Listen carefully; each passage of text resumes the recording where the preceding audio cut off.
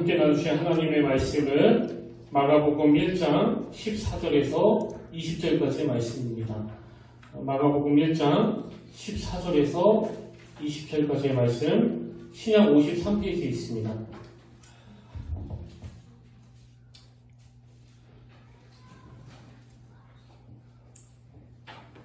마가복음 1장 14절에서 20절까지의 말씀, 우리 14절부터 20절인데 우리 집중해서 다 같이 한 목소리로 봉독하기 원합니다. 시작! 유언이 잡히는 예수께서 갈릴리에 오셔서 하나님의 복음을 전파하여 이르시되 때가 찼고 하나님의 나라가 가까이 왔으니 회개하고 복음을 믿으라 하시더라. 갈릴리 해변으로 지나가시다가 시몬과 그 형제 안드레가 바다에 금을 던지는 것을 보시니 그들은 어부라. 예수께서 이르시되 나를 따라오라. 내가 너희로 사람을 낳는 어부가 되게 하리라 하시니 곧 그물을 버려두고 따르니라. 조금 더 가시다가 세베대의 아들 야고보와 그 형제 요한을 보시니 그들도 배에 있어 그물을 깁는데 곧 부르시니 그 아버지 세베대를 품꾼들과 함께 배에 버려두고 예수를 따라가니라. 아멘. 할렐루야. 반갑습니다. 함께 인사 나누길 원합니다. 참 잘 오셨습니다. 예, 반갑습니다. 오늘도 주님과 사랑과 은혜가 여러분 삶 가운데 가득하기를 진심으로 축복합니다. 지난 시간에 살펴본 것처럼 이제 예수님께서는 세례 요한에게 세례를 받으시고 그리고는 광야로 가셔서 그 사탄에게 시험을 당하시고 그리고 그 시험을 이기시는 과정을 다 거치십니다. 이런 과정을 거치시고 드디어 오늘 본문에서부터 예수님의 공생의 사역이 시작되는데요. 제가 주목하는 것은 이렇게 예수님께서 공생일을 시작하시는 그 시점에 가장 먼저 행하신 것이 하나님 나라에 대한 선포였다는 겁니다. 15절 이르시되 때가 찼고 하나님의 나라가 가까이 왔으니 회개하고 복음을 믿으라 하시더라. 여러분 이 선포가 왜 중요한가 하냐면요. 이 15절에서의 하나님 나라의 선포는 이후에 예수 그리스도께서 이 땅에서 하실 그 모든 일들에 대한 그 방향성을 드러내는 차원에서의 선포이기 때문입니다. 그래서 예수님이 행하시는 어떤 기적이나 이적이나 또 어떤 그 연약한 자들을 도와주시는 거나 주님이 하시는 그 모든 사역과 행적은 이 하나님 나라를 세워나가는 여기에 초점이 있다. 이런 전제를 가지고 보셔야 되는데요. 근데 오늘 본문에 보면은 이제 예수님께서 이렇게 하나님 나라를 선포하시는데 예수님이 선포하시는 그 하나님 나라가 어떤 성격을 가지고 있는지가 여기에 드러나 있습니다. 자, 15절 다시 보시겠습니까? 이르시되 때가 찼고 하나님의 나라가 가까이 왔으니 여기 보니까 이 하나님 나라에 대한 두 가지 성격이 나오는데요. 하나는 때가 찼고 그리고 또 하나는 하나님 나라가 가까이 왔다. 이걸 가지고 여러 방향으로 여러 갈래로 설명드릴 수 있지만 오늘 제가 여기서 강조하고 싶은 포인트는 딱 하나입니다. 이 두 표현에는 공통점이 있는데 먼저 이 때가 찼다라는 말씀에는 어떤 전제가 있는가 하니까 그 때를 누군가가 정해줬다는 거 아닙니까? 예를 들어가지고 이제 어느 학생이 몇 월 며칠에 중간고사를 보게 되었다고 한다면 그 중간고사 기간을 정해준 어떤 분이 계시다는 거 아닙니까? 이렇게 이 때가 찼다라는 이 말씀 속에서 오늘 제가 강조하고 싶은 것은 이 말씀 속에는 주권적으로 일하시는 하나님께서 주권적으로 정해놓으신 시기가 있고 또 그분이 그 시기와 기간을 다 통제하고 계시다는 거. 다시 말해 그 하나님의 주권을 강조하고 있다는 겁니다. 그래서 갈라디아서 4장 4절에서도 때가 참에 하나님이 그 아들을 보내사 여자에게서 나게 하시고 여러분 하나님은요 질서의 하나님이세요. 그리고 그 하나님 나라도 하나님이 만드신 질서의 나라입니다. 그래서 내가 열심을 내고 내가 어떤 당위성을 가지고 막 달려가는 이것도 중요하지만 이게 과연 하나님의 때인가 이걸 찾는 게 굉장히 중요하다는 사실이에요. 그러면 그 다음에 나오는 하나님의 나라가 가까이 왔다. 이 표현도 마찬가지입니다. 아람어로 이 하나님 나라는 왕적인 통치 혹은 주권 이런 뜻을 담고 있는 표현이거든요. 그러니까 하나님 나라는 어떤 장소나 영역의 문제를 강조하는 것이 아니라 이것은 통치권의 문제예요. 통치자 되시는 하나님의 주권, 그분의 다스림. 이렇게 예수 그리스도께서는 공생애를 시작하시면서 어떤 장소의 문제보다도 그분이 다스리시는 영역 차원에서 이 하나님 나라를 선포하고 계시는데요. 근데 여러분, 오늘 본문에서 예수님이 이렇게 하나님 나라를 선포하시면서 두 가지 명령을 내리는 것을 볼 수가 있습니다. 자, 15절을 다시 보십시오. 이르시되 때가 찼고 하나님의 나라가 가까이 왔으니 그다음 보세요. 회개하고 복음을 믿으라 하시더라. 여기 보면 예수님의 두 가지 명령이 나오는데요. 먼저 회개하라, 그리고 복음을 믿으라. 이건 사실 같은 의미를 강조하고 있는 그런 중복적인 표현인데요. 먼저 앞에 나오는 회개하라는 명령에서 이 회개라는 단어는 방향 전환, 또 되돌림, 또 마음의 변화, 이런 뜻을 가진 단어입니다. 그러니까 여기서 강조되는 회개하라는 말씀은 지금까지 너희들이 신뢰하고 의지하고 있는 그 대상에서 돌아서라는 거예요. 막 감정적으로 가슴이 뜨거워지는 게 회개가 아니고요. 예수님을 알기 이전에 하나님 나라를 생각하지 못하던 때에 내가 의지하던 그 어떤 대상으로부터 돌아서는 거, 이게 회개하라는 명령이 내포된 의미고요. 그런가 하면 그 다음에 나오는 복음을 믿으라, 이 명령도 마찬가지입니다. 여기 나오는 복음을 믿으라 할 때 믿는다라는 단어는요, 본인이 믿고 있는 그 신앙의 대상에 대하여 헌신하는 것까지 포함되어 있는 믿음을 말하는 거거든요. 예를 들어가지고 한 2주 전쯤에 제가 그 회계학과에서 공부할 때 친하게 지냈던 후배한테 전화가 왔는데요. 이 후배가 갑자기 전화해가지고 저한테 이렇게 묻는 거예요. 형, 제가 좀 궁금한 게 있는데 저는 어릴 때 그 세례도 받았고 교회도 다녔고 그리고 하나님의 자녀가 되었다고 믿고 있거든요. 그럼 당연히 저도 구원받을 수 있는 거 아닙니까? 꼭 교회 나가야지만 이 구원받을 수 있는 건 아니잖아요. 그래서 제가 물론 꼭 교회 나가야만 구원받는 건 아니지. 그런데 있잖아, 네가 정말 하나님의 자녀가 되었다면, 네가 정말 예수 그리스도의 보혈로 구원받았다라는 그 확신이 있다면 당연히 하나님의 그 삶 속에서 예배하게 되고 시간을 드리게 되고 그리고 그분께 물질을 드리게 되고 그분을 위해서 내가 과연 어떤 삶을 살아야 되는지 그 목표가 생기게 되거든. 그냥 머리에서 믿는 믿음이 아니라 하나님은 우리에게 이 온전한 믿음을 원하신단다. 제가 그런 얘기를 해줬거든요. 여러분, 이 머리에서 믿는 거기에서 한 걸음 더 나아가가지고 내가 믿는 그 신앙의 대상에 대하여 헌신하는 자리까지 나아가는 차원에서의 믿음, 이게 바로 복음을 믿으라, 이 명령에 내포된 의미라는 사실이에요. 그러니까 오늘 본문에서 예수님이 때가 찼고 하나님의 나라가 가까이 왔으니 이 말씀 속에는 지금까지 당신들이 의지하고 신뢰했던 그 대상을 바꾸어서 이제 메시아 되신 예수 그리스도를 믿고 따를 뿐만 아니라 그분을 향한 헌신의 마음까지 가지라는 것까지가 포함되어 있는 내용이다. 이렇게 받으시면 크게 틀리지 않았다고 생각합니다. 이렇게 예수님은 공생의 사역 첫 출발을 하나님 나라와 복음을 선포하는 것으로 시작하시는데요. 근데 중요한 건 그 다음입니다.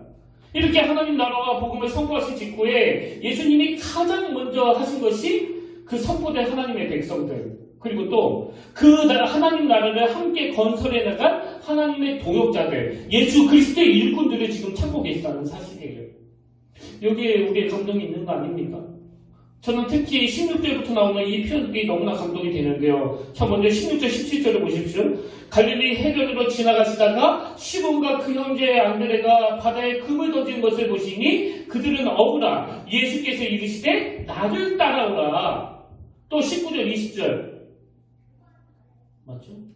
조금 더 가시다가 세비대의 아들 야고보와 그 형제 요한을 보시니 그들도 배에 있어 그물을 깃는데 곧 부르시니. 여기에 너무나 중요한 의미가 있습니다. 주님은 당신의 공생의 시작을 하나님 나라 선포로부터 시작하시고 그 하나님 나라를 세워가시는 그 천국 백성으로 우리를 부르고 계시다는 거예요. 오늘 예수 믿는 우리 모두는 다 어떻게 예수 믿게 되는지는 모르지만 여러분, 우리 모두가 목말라야 되는 건 이 주님의 부르심이에요. 이 주님의 부르심에 과연 나는 어떻게 반응하는가?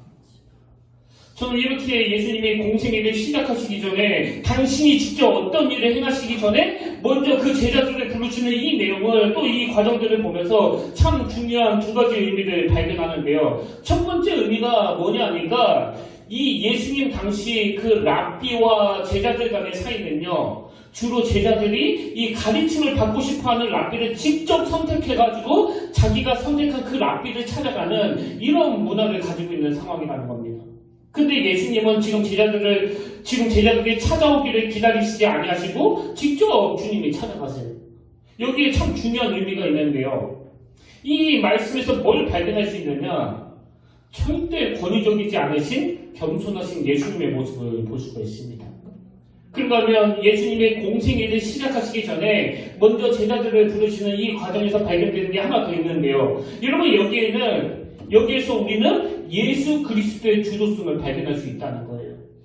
그래서 하나님 나라는 우리가 거기에는 동참하기는 하지만 그 주권자는 바로 하나님이시라는 거. 교회를 섬기는 우리 모두는 항상 이걸 두려워해야 돼요. 특히 담임 목사. 자꾸 자기가 앞에서 일을 하다가 보면은 주님보다 앞서 일할 때가 많습니다. 그래서 목회자가 하나님의 뜻을 구하는 기도를 안 하고 목회한다는 것은 그건 악한 짓이에요. 아주 악한 짓이에요. 주님의 주도성을 인정해 드린다면 무슨 일을 시작하기 전에 그 기도와 말씀을 통해서 그분의 뜻을 살피는 일이 먼저 선행되어야 한다. 그런가 하면 여기서 또 한 가지 주의해서 볼 게 있는데요. 자, 16절, 17절을 다시 보십시오. 갈릴리 해변으로 지나가시다가 시몬과 그 형제 안드레가 바다에 금을 던진 것을 보시니 그들은 어부라. 예수께서 이르시되 나를 따라오라. 내가 너희로 사람을 낳는 어부가 되게 하리라 하시니. 제가 조금 전에 예수님은 그 다른 랍비들처럼 제자들이 자기를 찾아올 때까지 기다리시는 게 아니라 직접 찾아가셨다고 말씀을 드렸는데요. 그럼 제자들을 부르시기 위해서 어디로 가시느냐? 뭐 회당으로 가신 게 아니에요. 예배하는 그 장소를 찾으시는 게 아니라 고기 잡는 그 삶의 현장, 어부들에게 있어서 그 삶의 터전, 그게 바로 갈릴리 해변으로 지나가시다가의 의미 아닙니까? 그리고는 그들의 상황에 딱 맞는 말씀을 주시는 거예요. 내가 너희로 사람을 낳는 어부가 되게 하리라. 이 대목에서 우리가 알아야 되는 게 뭐예요? 뭘 강조하는 겁니까? 오늘 우리가 교회에 와서 예배 드리고 막 은혜 받는 이것도 중요하지만 진짜 중요한 것은 삶의 현장이라는 거예요. 제가 예전에 사역할 때 지금은 그분이 장로님이 되셨는데요. 그분과 같이 학생들을 섬기는데 제 마음에 이분을 참 흠모하게 된 계기가 있습니다. 이제 학생부 전임 사역자니까 뭐 학생들 신방도 해야 되지만 교사도 신방을 해야 되는데요. 이분은 그 당시로 병원을 운영하시는 원장님이었습니다. 그래서 제가 그 성경책을 들고 가서 그분을 만나서 이제 이야기도 나누고 신방도 하고 이제 다 끝나고 그 병원에서 빠져나오는데요. 그 병원의 엘리베이터에서 제가 이분에 대한 인식을 갖게 된 거예요. 그때 이제 그 원장님이 엘리베이터까지 따라 나오셔가지고 함께 인사 나누고 딱 엘리베이터를 탔는데 제가 어렴풋이 기억하거든요. 그 건물에서 청소하시는 아주머님하고 그리고 관리인으로 기억합니다. 어렴풋이. 그리고는 그 청소하시는 아주머님이 제 손에 들린 그 성경책을 보시고 하시는 말씀이 교회에서 오셨어요? 목사님, 그 원장님 만나고 가시는 거예요? 그래서 제 소개를 하면서 잠깐 인사를 나눴는데요. 그 두 분이 그 한 목소리로 말씀하시는 게 우리 원장님은 진짜 존경스러운 분이라는 거예요. 저 원장님은 진짜 예수 잘 믿는 분 같다고. 그래서 제가 그 두 분의 평가를 듣고 그분에 대해서 완전히 인식을 다시 하게 된 거예요. 그리고 제가 그곳에서 그 교회에서 사역하는 내내 그분의 존재 자체가 저에게 얼마나 귀감이 되고 또 위로가 됐는지 모릅니다. 이런 맥락에서 여러분 우리가 그리스도인으로서 또 크리스찬으로서 같이 일하는 직장 동료에게 저분은 예수 믿기 때문에 저분은 크리스찬이기 때문에 너무 좋은 분이라고 이렇게 삶의 현장에서 평가받는 이것이 여러분 너무나 중요하다는 걸 꼭 기억하셨으면 좋겠습니다. 이렇게 주님은 친히 제자들의 삶의 현장으로 찾아가셔서 그들을 부르시는데요. 자, 이제 제대로 살펴봐야 될 게 있습니다. 이렇게 주님께서 같이 동역할 제자들을 찾아 부르시고 계시는데 그 부르심에 대한 제자들의 반응, 이게 참 중요한 거 아닙니까? 자, 17절과 18절의 포인트를 달리해서 읽어드리겠습니다. 예수께서 이르시되 나를 따라오라. 내가 너희로 사람을 낳는 어부가 되게 하리라 하시니 곧 그물을 버려두고 따르니라. 여기 따른이라가 나오고요. 그러면 19절, 20절 조금 더 가시다가 세베대의 아들 야고보와 그 형제 요한을 보시니 그들도 배에 있어 그물을 깃는데 곧 부르시니 그 아버지 세베대를 품꾼들과 함께 배에 버려두고 예수를 따라가니라. 이 두 차례에 걸친 반응, 따르니라, 따라가니라. 여러분 이 반응이요 정말 소중한 반응이에요. 왜냐하니까 이 제자들의 반응에는 중요한 몇 가지 의미가 담겨져 있기 때문입니다. 그럼 이 제자들의 반응에는 어떤 의미가 담겨져 있느냐? 첫 번째로 여기에는 믿음의 결단이 담겨져 있다는 사실이에요. 제가 앞에서 설명드렸던 15절 말씀을 다시 한번 되짚어 보십시오. 예수님이 15절에서 이르시되 때가 찼고 하나님의 나라가 가까이 왔으니 회개하고 복음을 믿으라 하시더라. 제가 아까 여기에서 말하는 회개는 어떤 의미라고 그랬습니까? 삶의 방향을 전환하는 차원에서 회개라고 그랬잖아요. 지금까지 신뢰하고 의지하는 그 대상으로부터 완전히 돌아서는 그런 차원에서의 회개라고 말씀드렸잖아요. 그 다음에 이 복음을 믿으라는 이 말씀도 이제 예수 그리스도를 메시아로 하나님의 아들로 수용하고 그분에 대한 믿음을 가질 뿐만 아니라 그분께 헌신하라는 내용도 포함되어 있다고 말씀드렸잖아요. 그러니까 지금 제자들이 그 삶의 현장에서 두 번에 걸쳐 따르니라 따라가니라 이렇게 반응을 보이는 여기에는 그 앞에 15절에서 예수님이 선포하셨던 이 명령, 이르시되 때가 찼고 하나님의 나라가 가까이 왔으니 회개하고 복음을 믿으라는 이 말씀을 우리가 삶의 현장에서 반드시 구현해내겠다. 그런 믿음의 결단이 담겨져 있다는 겁니다. 이게 얼마나 중요한 의미입니까? 그런가 하면 여기 따르니라 따라가니라 이렇게 반응했던 제자들의 두 번째 의미가 뭐냐 하니까요. 이거는요. 우선순위의 변화 차원에서의 결단이 내포되어 있다는 겁니다. 이 우선순위가 바뀐 거예요. 그 18절 20절에 보면은 두 번에 걸친 이 따르니라 따라가니라 앞에 제자들의 그 똑같은 행동이 나오는데요. 자 먼저 그 18절을 보십시오. 곧 그물을 버려두고 따르니라. 곧 그물을 버려두고 따르니라. 20절 곧 부르시니 그 아버지 세베대를 품꾼들과 함께 배에 버려두고 예수를 따라갑니다. 이 두 번에 걸쳐서 나오는 버려두고 이 버려두고의 의미가 여러분은 뭘 내포한다고 생각하십니까? 삶의 우선순위가 달라졌다는 거예요. 여러분도 아시다시피 그들이 버려둔 그 그물은 우선순위가 바뀌기 이전에 가장 소중히 여겼던 도구 아닙니까? 어부에게 있어서 이 그물이라는 건 뭐 생계의 수단 아닙니까? 근데 그거를 버려두고 주님을 따랐다.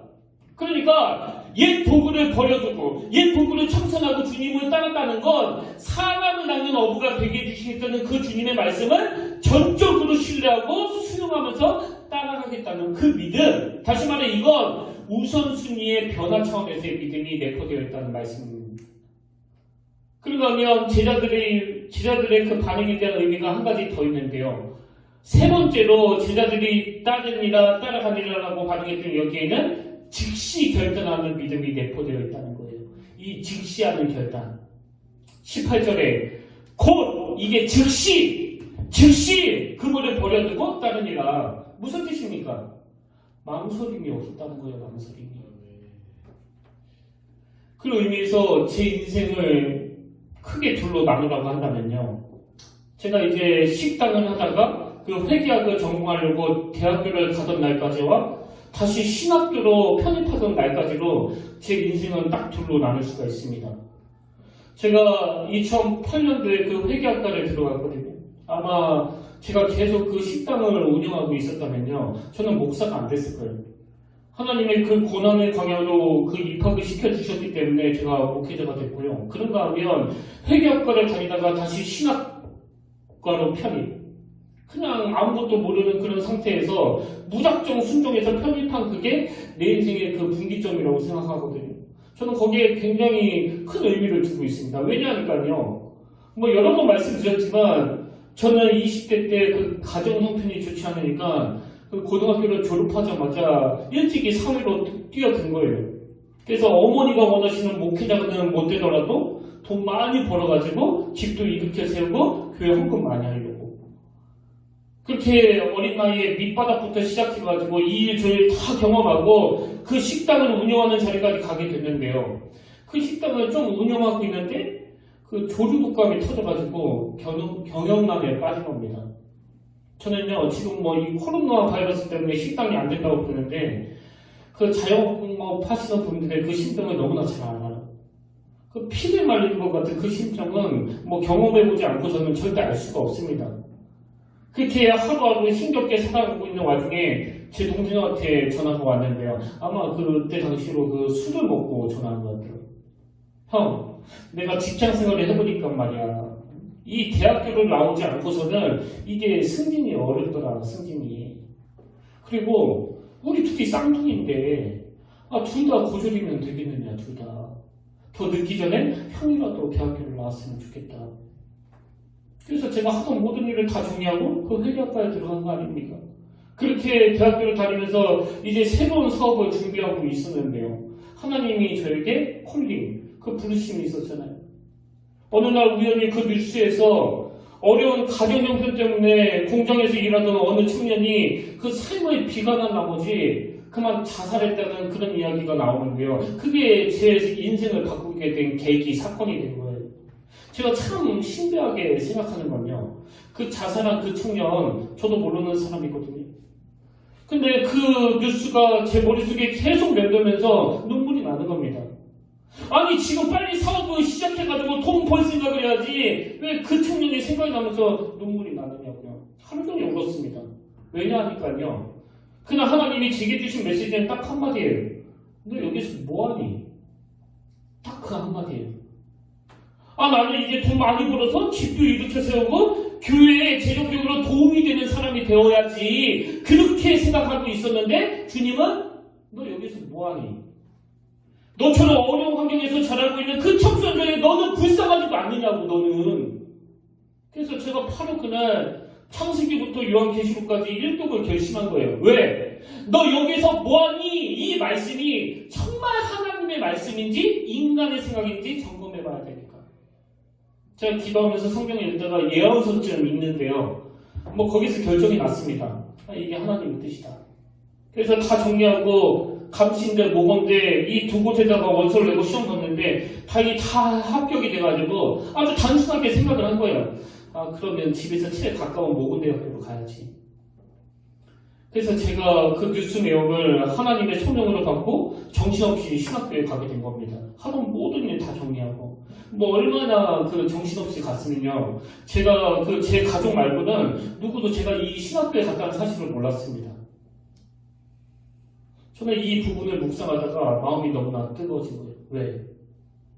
지금 제자들이 보여준 곧, 즉시, 이게 그때의 제 모습 같아가지고 이제 내가 신학교 들어가서 하나님이 저에게 보여주셨던 청소년들을 섬기는 이 삶을 내가 해야 되기 때문에 아무것도 재보지 않고 곧, 즉시. 이 며칠 제가 이거를 묵상을 하다가 하나님 앞에 너무나 뜨겁게 감사했습니다. 정말 아무 준비도 없이 무작정 들어가는 그 신학교였는데 여러분 다 말씀드렸잖아요. 제가 목회를 시작한 지 지금 만 11년째인데 제가 뭐 그 노숙인들처럼 지붕 없는 곳에서 잠자본 적이 단 한 번도 없고요. 갑자기 전공 과목을 바꿔가지고 아는 사람 하나 없이 참 외롭고 쓸쓸하게 시작한 그 신학교 생활이었지만 그 과정을 통해서 여러 동역자들을 만나고 남문희 목사님을 만나고 또 우리 평택교회를 통해서 여러분들을 만나고 한치의 오차 없이 일하시는 그 하나님의 은혜를 이번에 너무 감격으로 다시 전공을 해봤다는 거예요. 여러분 제가 막 계산하면서 또 계획하면서 오늘은 어디에서 자지? 이제 수입은 어디서 나오지? 이거 따지고 있었다면요. 저는 이 자리에 없습니다. 근데 우리가 계산 안 하면 하나님이 하신다는 거. 제 삶이 지금 증명하고 있는 거 아닙니까? 여기 평택교회도 마찬가지예요. 이거는 좀 제 기질과 연관이 있는 것 같아요. 이렇게 어리버리한 내가 아무 대책 없이 주님께 믿음의 결단으로 곧 즉시로 약속을 하니까 상상을 초월하는 하나님의 은혜와 방법으로 지금 이 평택교회를 이끌어가고 계신 거 아닙니까? 제 지혜와 방법으로 여기까지 온 게 아니에요. 그래서 오늘 여러분 주님의 부르심에서 제자들이 곧 즉시 이 말씀이 내포하고 있는 의미는 인간의 어떤 믿음의 결단, 아까 말씀드렸던 우선순위의 변화의 차원에서의 결단, 이것도 중요하지만 사실 여기 나와 있는 여기 나와 있는 직시의 결단은 인간이 한 게 아니라 성령님이 하신 거예요. 절대 인간의 머리를 이렇게 할 수 없습니다. 저도 꽤 머리 잘 굴리는 사람이거든요. 오죽하면 그 치열한 시간바닥에서 또 식당에서 제가 장사를 했겠습니까? 이제 결혼을 해가지고 또 자식도 낳아가지고 내가 어떻게 살아야 되는지 또 뭘 먹고 살아야 되는지 그 대책을 잘 살아야 한다는 거 저도 잘 아는데 그건 제가 하는 게 아니라 인간의 생각을 뛰어넘는 전적으로 성령님이 하시는 일이에요. 그렇기 때문에 더 일이 잘 된다고 자랑할 것도 없고 또 일이 안 된다고 힘들어할 것도 없고 우리에게 필요한 건 그분을 향한 전적인 신뢰. 왜? 그 신뢰를 가진 자들이 할 수 있는 게 바로 결단이기 때문에. 근데 여러분 여기서 한 가지요. 17절에 다시 보십시오. 예수께서 이르시되 나를 따라오라 내가 너희로 사람을 낳는 어부가 되게 하리라 이런 말씀을 주시는데요. 여기 이게 참 독특한 게 제가 앞에서 그 당시 이 랍비와 제자들 간의 이 사이는 스승이 나서서 제자들을 뽑는 게 아니라 제자들이 스승을 찾는다는 그런 문화도 설명을 했지만 그 당시 랍비와 제자 사이에는 어떤 관계가 형성이 되는가 하니까 그 당시 랍비와 제자 사이는 주로 이 가르침과 배움이 주 목적인 관계였다는 겁니다. 그래서 뭘 배우러 가고 뭘 가르쳐 주려고 하는 게 이 스승과 제자의 이 관계예요. 근데 지금 예수님이 이 제자들에게 접근하시는 방식은요, 내가 너희들에게 이것을 가르쳐 주겠다가 아니에요. 내가 너희로 사람을 낳는 어부가 되게 하겠다. 뭘 의미합니까?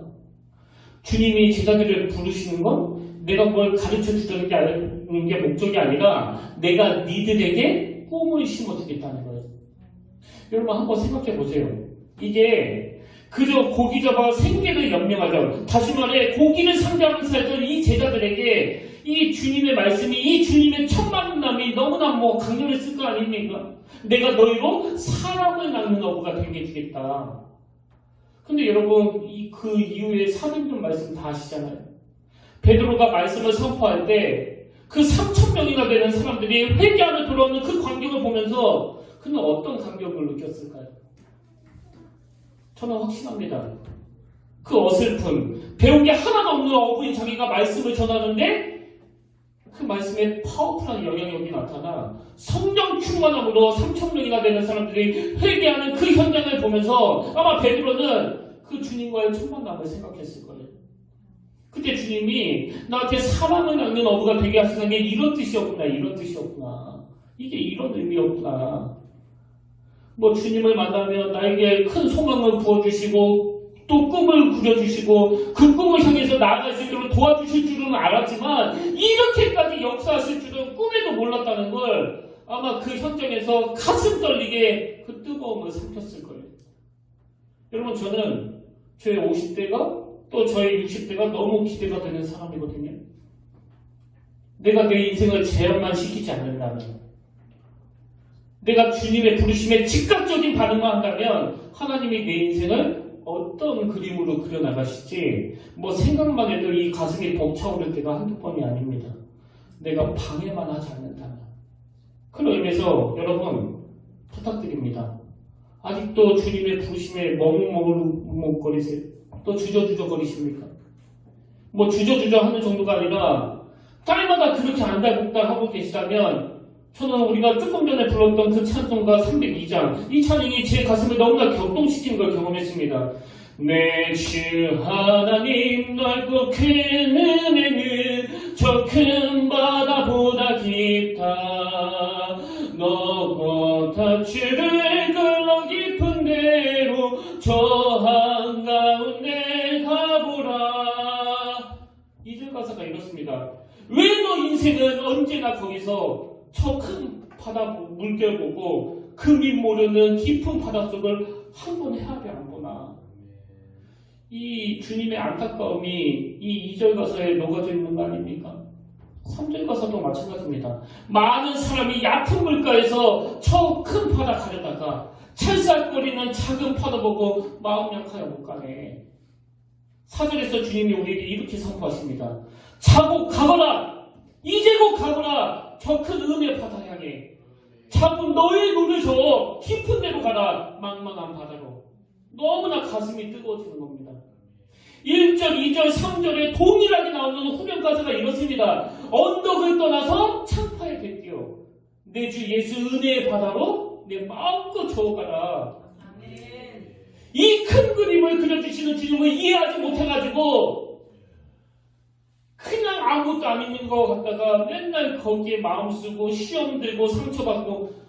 근데 여러분 잘 아시는 그 느헤미야를 한번 보세요. 느헤미야 4장 3절 암몬 사람 도비아는 곁에 있다가 이르되 그들이 건축하는 돌성벽은 여호가 올라가도 곧 무너지리라 하더라. 지금 이 성벽 공사라는 막대한 사명을 감당하고 있는데 이 도비아라는 인간이 니들이 성벽 세워봐야 완공도 못할 뿐더러 이거 해봐야 너무 부실해서 여호가 올라가도 곧 무너질 것이다. 그렇게 대적하는 것들이 뭐라고 찝쩍거리고 뭐라고 방해를 하는데요. 여러분 이런 조롱 앞에 이 느헤미야의 반응은 어땠습니까? 느헤미야는 무반응. 아무 반응도 보이지 않는 거예요. 그 악한 것들에 대해서 반응하기보다는 그 문제를 가지고 하나님 앞에 나가지 않았습니까? 느헤미야 4장 5절을 세번역으로 보십시오. 그들의 죄를 용서하지 마시고 그들의 죄를 못 본 채 하지 마십시오. 그들이야말로 성을 쌓고 있는 우리 앞에서 주님을 모욕한 자들입니다. 여기 보니까 느헤미야가 막 하나님 저들을 다 죽여주세요 이런 기도를 하기보다는 진정한 복수를 꿈꾸면서 하나님께 기도를 드리는데요. 여러분 이 진정한 복수라는 게 뭐예요? 그 악한 것들이 말하는 대로 이루어지지 않게 해달라는 거. 그리고 보면 이게 진정한 복수 아닙니까? 성벽 위로 행진을 해도 절대 무너지지 않을 거라는 하나님이 그려주시는 큰 그림을 바라보는 이게 그 대적자들에 대한 진정한 복수예요. 사실 저도요, 주님이 저에게 이 큰 그림을 그려주시지 않으셨다면 아마 저는 노이로제에 걸었을 거예요. 우울증 100% 맞습니다. 정말 어떨 때는 이 우울증과 비우울증 사이로 왔다 갔다 하는 것처럼 느낄 때가 한두 번이 아니었습니다. 근데 그럴 때마다 큰 그림을 그려주시는 주님을 보면 또 치유가 되고 큰 그림을 그려주시는 주님을 보면 또 회복이 되고 뭐라고 그냥 말도 안 되는 것 가지고 공격을 해도 묵묵히 주님이 그려주시는 그림으로 설명하자. 그 그림으로. 여러분 우리의 연약함은요 그렇게 결단하고 금을 버리고 주님을 쫓기로 했는데 그 다음날에 버린 금을 다시 찾아가지고 계속 그 금을 만지작 거리는 이게 우리의 연약함 아닙니까? 여차하면 옛날로 돌아가 버리려고. 베드로가 그러잖아요. 그렇게 주님을 사랑한다고 고백해놓고 주님이 딱 십자가 지시니까 다시 옛날로 돌아가고. 그게 우리의 모습이에요. 그래서 이 결단한다는 게 뭐냐? 참 부끄러운 얘기인데요.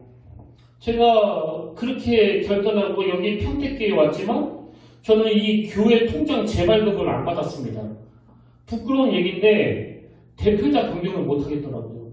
왜? 이 교회가 잘못되면 이거 내가 다 책임져야 되는데. 근데 여러분 이게 내 인생에 내 목회에 결정적인 방해가 되는 겁니다. 목회하다가 조금만 어려우면 그냥 대전으로 가버릴까? 뭐하러 내가 여기 있느냐고. 대전에서 목회해도 되는데 계속 그런 충동이 일어나는 거예요. 근데 어느 날 이 일을 가지고는 안 되겠다. 왜? 내가 이거 안 바꾸고 있으면 언젠간 반드시 내가 대전으로 내려갈 것 같아가지고. 그래서 제가 대표자 변경도 하고 이 통장도 재발급 받으려고 여기 앞에 있는 그 은행으로 걸어가는데요. 저는 그날을 잊지를 못합니다. 저의 이 나약함. 그 짧은 거리 그 은행을 걸어가면서도 계속 그 통장을 만지작. 그리고 바꾸고 오면서도 바뀐 통장을 들고서도 다시 가서 취소할까? 계속 마음의 갈등이 일어나는 거예요.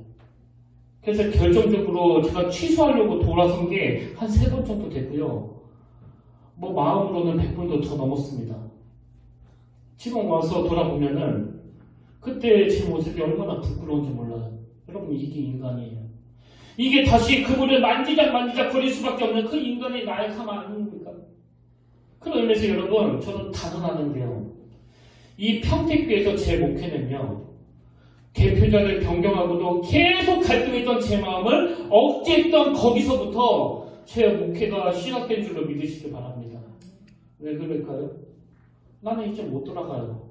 나는 여기서 실패하면 나는 끝이에요. 내가 여기서 승부를 걸지 않으면 내 인생은 끝장이다. 그렇게 배수의 진을 치면서부터 이 평택교회를 향한 제 마음이 완전히 달라졌거든요. 하나님의 나라도 마찬가지예요. 여러분 더 이상 그 세상의 금을 만지작거리지 마시기 바랍니다. 여기에 찔끔 또 저기에 찔끔 여차하면 돌아갈 생각하는 거 절대 안 됩니다.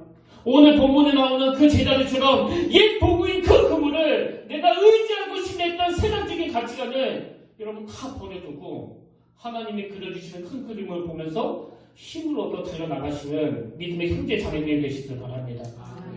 오늘의 결론을 저는 이렇게 맺기를 원합니다. 오늘 말씀의 제목이 하나님의 큰 그림 아닙니까?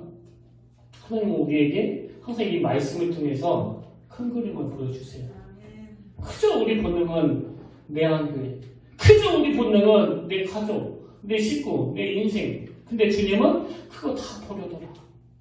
그러면 내가 너에게 큰 그림을 그려 보여주겠다. 오늘은 시간이 없어가지고요. 이 예수님의 부르심에 이 제자들이 어떻게 그 단번에 순종했는가는 제가 다음 시간에 설명을 드리기로 하고 오늘 말씀을 이렇게 정리하기를 원하는데요. 여러분 우리는 자꾸 하나님의 큰 그림을 그리셔야 돼요. 그리고 그 그림은 작은 결단에서부터 출발합니다. 내가 하나님의 자녀라는 것을 삶을 통해서 증명해내려는 작은 몸부림 거기서부터 하나님의 그림이 시작된다는 사실을 여러분 반드시 기억하시고 오늘 내가 하나님께 결단하고 오늘 내가 예수 그리스도를 믿고 의지하면 내 생각이 아무리 짧아도 그분의 깊은 생각으로 우리를 인도하실 줄로 믿습니다. 오늘 말씀을 기억하시면서 우리 이 찬양 한번 같이 불러봤으면 좋겠는데요. 오늘 설교를 그대로 요약해 놓은 것 같아요. 전능하신 나의 주 하나님은 능치 못하실 일 전혀 없네. 우리의 모든 간구도 우리의 모든 생각도 우리의 모든 꿈과 모든 소망도 신실하신 나의 주 하나님은 저는 이 표현이 너무나 좋습니다. 신실하신 나의 주 하나님은 시건하지 아니하시는 그 하나님은 반드시 사랑하는 자를 붙잡아 주시는 그 하나님은 우리의 모든 괴로움 바꿀 수 있네. 우리 이 가사를 생각하시면서 함께 찬양하기 원합니다.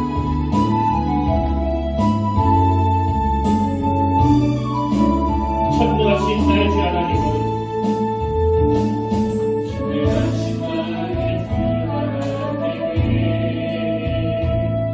능치 못하신 일이 전혀 없네. 우리의 모든 강으로 우리의 모든 생각으로 우리의 모든 꿈과 모든 소망으로 선포하십시오. 신실하신 나의 주 모든 괴로움 갚을 수 있네. 그날이 일을 하시고 지금 자리를 일으키시니 그의 참으로 없네.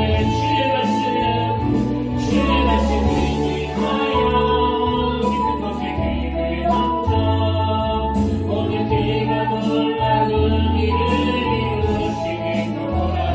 주의 말씀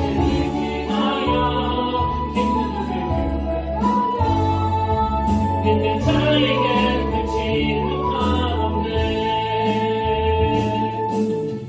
여러분 이 찬양 다시 한번 부르기 전에 우리가 오늘 이 예배 시간에 하나님 앞에 정직해지는 거 이게 회복의 첫 출발이에요. 여기 대부분 예배에 참석하시는 분들이 이미 옛 그물을 버려두고 주님을 따르는 그 일에 결단하신 분 아닙니까?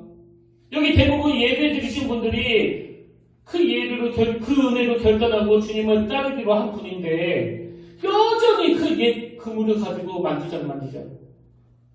제가 평택교회에 오고서도 그 대표작 변경을 못해가지고 그 통장을 만지작. 왜?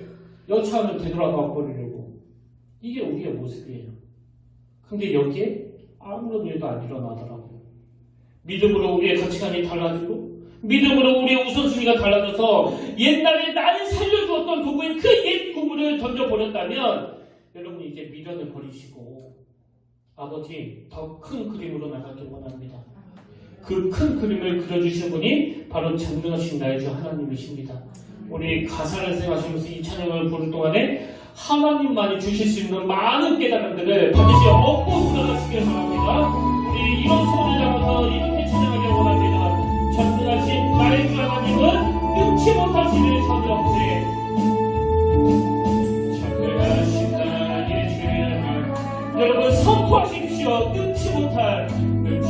하실 일 전혀 없네. 우리의 먹을 탕구로 우리의 먹을 생각으로 우리의 모든 꿈과 모든 소망으로 선포하십시오. 쉬지 않으신 나의 주 하나님은 우리의 모든 괴로움 우리의 모든 괴로움 바꿀 수 있네. 그가 지은 일을 행하시고 지금까지 일을 피시니 그에게 참함으로 없네. 주의 말씀을 위하여 깊은 곳에 길을 닦아 오늘 그가 놀라운 일을 이루시는 것 보라. 주의 말씀을 위하여 믿음으로 길을 닦아 믿는 자에게 끝이 없다. 주의 말씀을 위하여 주의 말씀을 위하여 깊은 곳에 길을 닦아 오늘 그가 놀라운 일을 이루시는 것 보라. 주의 말씀을 위하여 믿음으로 길을 닦아 믿는 자에게 끝이 없다네. 아멘. 기도하시겠습니다.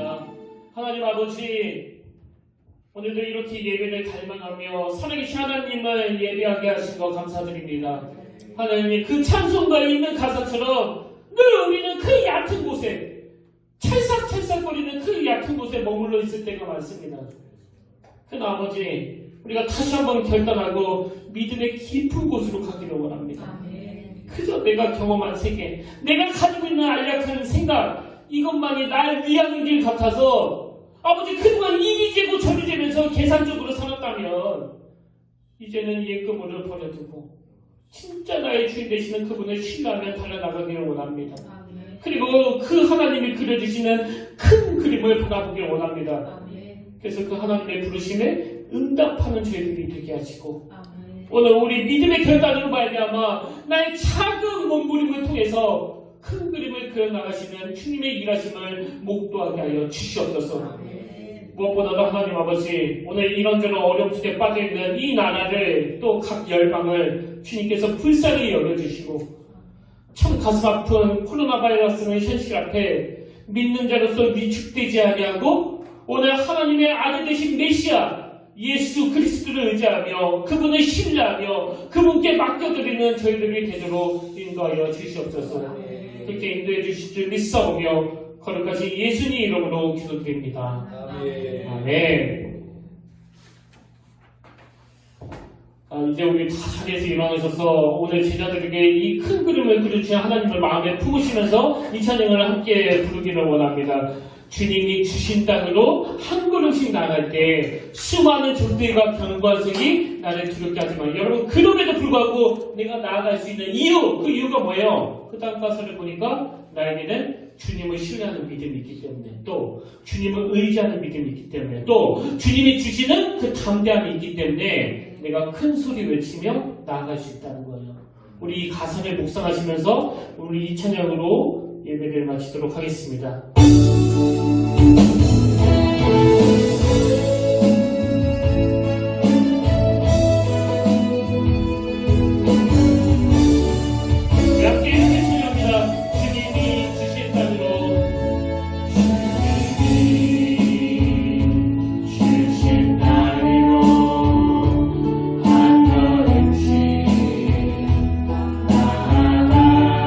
수많은 적들과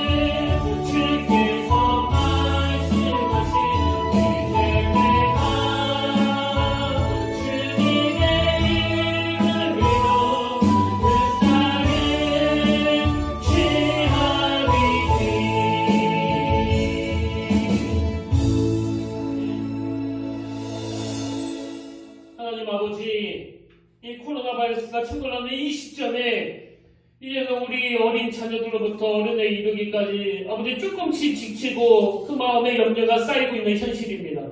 그리고 또 이제는 전 세계적으로 경제적인 먹구름이 밀려온다는 그런 아무런 소식을 듣고 있습니다.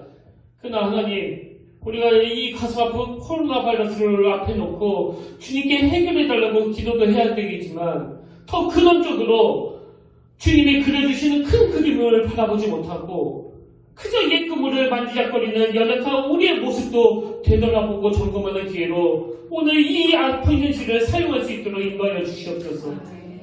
그리고 하나님 아버지, 오늘날 수많은 미자립 교회들 현실적으로 너무 많은 어려움 중에도 불구하고 오직 주님만 바라보고 주님만 의지하면서 그렇게 인내하며 달려온 주님의 교회들과 그 성도들을 기억하여 주시길 원합니다. 그래서 우리 평택교회도 그런 믿음의 결단을 내리고 그물을 버려두고 달려나갈 그 제자들과 동역자들처럼 주님을 더 의지하고 더 붙잡는 그런 하나님의 역사가 나타나는 교회가 되도록 인도하여 주시옵소서. 이제는 우리 주 예수 그리스도의 은혜와 하나님 아버지의 다없는 사랑과 성령님의 감동 감화 위로 같은 충만하심의 역사가 이번 한 주간도 내 삶을 통해서 하나님이 그려주신 큰 그림을 하나씩 하나씩 그려나가기를 원하며 소원하는 모든 주의 자녀들 머리 위에 지금부터 영원토록 함께 하시기를 간절히 축원하옵나이다. 아멘.